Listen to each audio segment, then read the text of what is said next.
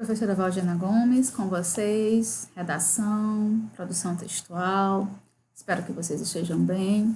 E antes de irmos para a indicação da nossa agenda de hoje, das nossas atividades, correções, vamos fazer a nossa acolhida, tá certo? E eu trago para vocês o texto Parábola da Fé, tá bom?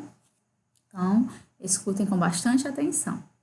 Certo homem, mendigo, entrava todos os dias na igreja, várias vezes por dia, e saía bem rápido. O pároco da igreja indagou: por que o senhor entra na igreja todos os dias e sai bem rápido? Venho orar, seu padre. Rápido assim? O tempo é pouco para orar. Não sei fazer bonitas orações, padre. Minha conversa com Deus é muito rápida. Só digo assim: oi, Deus, eu sou o Zé. Logo após esta conversa, o homem foi acidentado, e depois que chegou ao hospital, contagiou a todos com tanta alegria e contentamento que todos se aproximavam-se dele, estranhando. Uma irmã perguntou-lhe: qual causa de tanto contentamento? Ah, irmã, todos os dias o homem vem, senta-se nesta cadeira, olha para mim e diz: pois é, eu sou Jesus. Não importa o tamanho da oração, mas a comunhão e a confiança que temos com Deus. Então, essa é uma parábola de fé e você deve encontrar a sua melhor maneira de conversar com Deus. O importante é que você comece, que você crie essa intimidade com Deus, falando dos seus sonhos, dos seus desejos, e todo esse sentimento bom que nos inspira a sermos verdadeiros filhos de Deus, tá certo? Então, essa é a indicação da nossa aula. E agora nós vamos para a agenda. A gente começa com a correção da página 99, tá certo? Do seu livro de redação, certo? Que vai até a 104. Então, vamos lá. Em uma carta aberta, é necessário deixar claro quem a está enviando e quem a recebe, né? Veja como esses elementos são classificados. Aí nós temos: quem envia a carta é chamado de remetente. Quem recebe a carta é chamado de destinatário. Na carta lida, quem é o remetente e quem é o destinatário? Então, a gente vai ver o que? O remetente é o Miguel e o destinatário é o Arthur, certo? Identifique no texto a data e o local em que a carta foi escrita. Data: 17 de maio de 2017, são informações que estão no texto. Local: cidade de Curitiba. Qual é a importância dessas informações em uma carta? Aí você vai responder, né? Essas informações contextualizam a carta, revelando para o destinatário onde e quando ela foi escrita, certo? Então, percebam aí que essas informações contextualizam a carta, revelando para o destinatário onde e quando ela foi escrita. Em uma carta é comum serem apresentadas ainda uma saudação e uma assinatura. Veja em que consiste cada um desses elementos. Saudação: frase inicial que indica para quem o remetente envia a carta. Assinatura: registro escrito do nome, apelido ou abreviação do nome de quem a enviou. Geralmente é a última informação apresentada em uma carta. Identifique na carta lida cada uma dessas partes. Saudação: você vai lá, retira e coloca aqui. E aí, Arthur, beleza? Assinatura: Miguel. Então, agora, vamos para a página 100. O objetivo de uma carta é apresentado no corpo da carta, ou seja, no texto com a mensagem propriamente dita. A. O que despertou o interesse de Miguel, tá certo, em enviar uma carta a Arthur? Você vai dizer: Miguel, queria saber como estava a vida do amigo em outra cidade e contar as novidades do seu dia a dia, principalmente a respeito do time de futebol de que Arthur também fazia parte, certo? Professora, minha resposta não está assim igualzinha a sua, mas está bem parecido, só que mais resumido? Tudo bem, não precisa apagar a sua não, pode deixar do jeito que você fez. Que sentimentos Miguel demonstrou ao longo da carta? Curiosidade com relação à nova vida do amigo, desânimo pelo time de futebol do qual o amigo fazia parte e empolgação com a festa junina do colégio, certo? Então, curiosidade com com relação à nova vida do amigo. Desânimo, né, pelo time de futebol do qual o amigo fazia parte e empolgação com a festa junina do colégio, certo? Aí veja a seguir outro exemplo de carta. Aí você vai aí, né? A indicação da seta. Essa primeira indicação da seta, ela se refere ao quê? Ao remetente. Essa outra setinha, a segunda, destinatário. 13 de abril de 2008, data. Prezada senhora, saudação. Abertura de conta poupança para universitários, o assunto. Gostaria de obter mais informações a respeito do plano, né, conforme anunciado na Gazeta das Finanças, refere ao quê? Ao corpo do texto. Cordialmente, José Antunes, é a despedida e a assinatura, né, porque tem um cordialmente, mas tem a vírgula, em seguida, a assinatura. Agora, preencha os quadrinhos acima com os elementos abaixo, né, que nós acabamos de fazer. Aí vamos para a página 101. Compare a saudação e a despedida das duas cartas e verifique o que há de diferente entre elas, tá certo? Aí tem aí carta de Miguel e carta de José Antunes. Saudação da carta de Miguel mostra a proximidade entre os amigos. Na outra, é mais cortês, evidenciando a formalidade da carta. Né? Despedida sugere sentimento de afetividade, de carinho em relação ao destinatário. Encerrada com expressões respeitosas em relação a uma pessoa que, por exemplo, ocupa um cargo de responsabilidade em uma instituição, bem formal.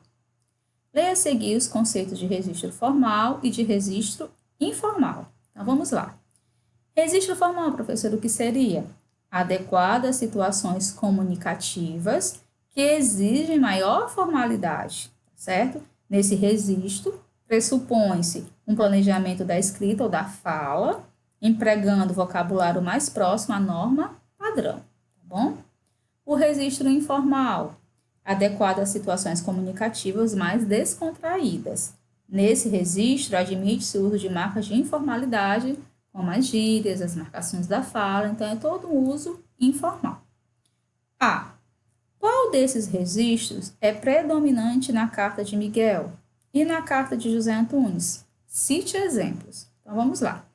Na carta de Miguel, predomina o registro informal, como por exemplo, e aí, Arthur, beleza, né? Gíria aí, beleza. Por aqui tá tudo beleza, olha aí a abreviação, o tá, que é a marcação da fala, né? Essa grana vai chegar na hora certa, coisa bem maneira mesmo. Vê se não enrola para mandar notícias, olha aí. Mas tá todo mundo animadão, né? Na foto. Um abração, cara. Percebem? Marcações de uma linguagem informal. Na carta de José Antunes foi empregado o registro formal. Gostaria de obter mais informações a respeito?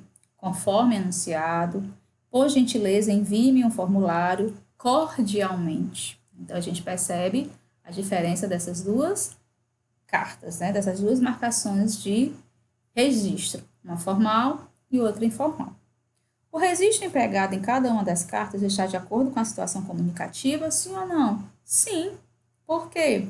A predominância do registro informal na carta de Miguel deve-se ao fato de ele ter uma relação de intimidade com Arthur e, ao mesmo tempo, tratar de assuntos cotidianos, mais descontraídos.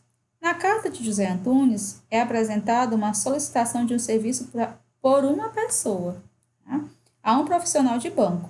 Nesse caso, como não há intimidade entre as pessoas e a situação comunicativa é mais séria e exige formalidade, predomina o registro formal, certo? Espero que vocês tenham entendido. A gente passa agora para a página 102, tá certo? Olha aí. Carta pessoal. O remetente e o destinatário possuem alguma relação de proximidade. Em geral, o emissor utiliza um registro predominantemente informal, coloquial, com emprego de expressões próximas da oralidade para tratar de assuntos pessoais. A carta comercial geralmente tem como principais interlocutores as instituições comerciais, por isso emprega um registro predominantemente formal. Nessa seção, lemos dois tipos de carta, a carta pessoal e a carta comercial. Identifique qual dessas classificações se refere à carta de Miguel e qual delas se refere à carta de José Antunes. Aí, carta de Miguel, né? Carta pessoal, carta de José Antunes, carta comercial. Veja situações comunicativas dispostas no quadro. Como você começaria uma carta em cada uma dessas situações? Então, veja aí. Para os vereadores da cidade, solicitando a melhoria para o seu bairro. Você vai pensar, destinatário, saudação, introdução. Para um colega que mora distante, combinando uma programação para as férias escolares. Aí você vai levar em consideração as mesmas orientações. Para o vereador, uma linguagem mais formal. Para o colega, uma linguagem informal. Aí nós vamos para a página 103. Resolva o diagrama e encontre os principais elementos de uma carta. Então, vamos lá. Aquele que recebe a carta é o destinatário. 2. Parte final da carta indicando quem escreveu o texto. Vai ser a assinatura, certo? Mensagem propriamente dita. Vai ser o quê? O corpo do texto. Professora, tem algum problema se esses dois quadrinhos ficarem branco? Não, não tem problema nenhum. 4. Aquele que envia a carta é o remetente. Aí, forma de tratamento usada para cumprimentar as pessoas? Saudação. 6. Maneira de encerrar a carta? Despedida, certo? Aí aqui nós temos outros exemplos de carta, além da carta pessoal, da carta comercial. E a gente faz o encerramento da aula de hoje, né? Esquematizando lá com vocês na página 104, que a carta é uma mensagem manuscrita ou impressa, tá certo?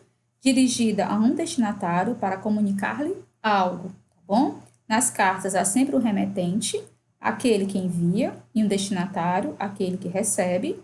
Nesse gênero textual, há uma estrutura básica, né, que é local e data, indicando onde e quando a carta foi escrita, saudação, corpo da mensagem, despedida e assinatura. E a gente tem aí ao lado do seu livro a indicação, o objetivo, comunicar algo a alguém por meio da escrita, público-alvo em geral, e o gênero carta, ele é esse gênero porque ele tem características específicas. Então, a gente tem aí local e data, saudação, corpo do texto, despedida e assinatura.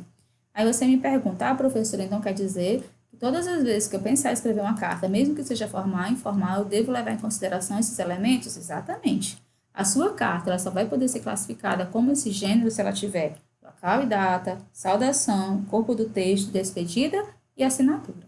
Tá bom? Então, a gente encerra a nossa aula, né? E a gente mais uma vez vê aí com vocês a indicação, tá certo? Dessa atividade, que vai ser da página 105 até a página 108. Então, na próxima aula a gente começa com essa correção, tá certo? Então, esse é o nosso desejo sincero, que vocês possam fazer aí a atividade, tá bom? E a gente faz a correção na próxima aula, certo? Fiquem com Deus, um abraço carinhoso e até a nossa próxima.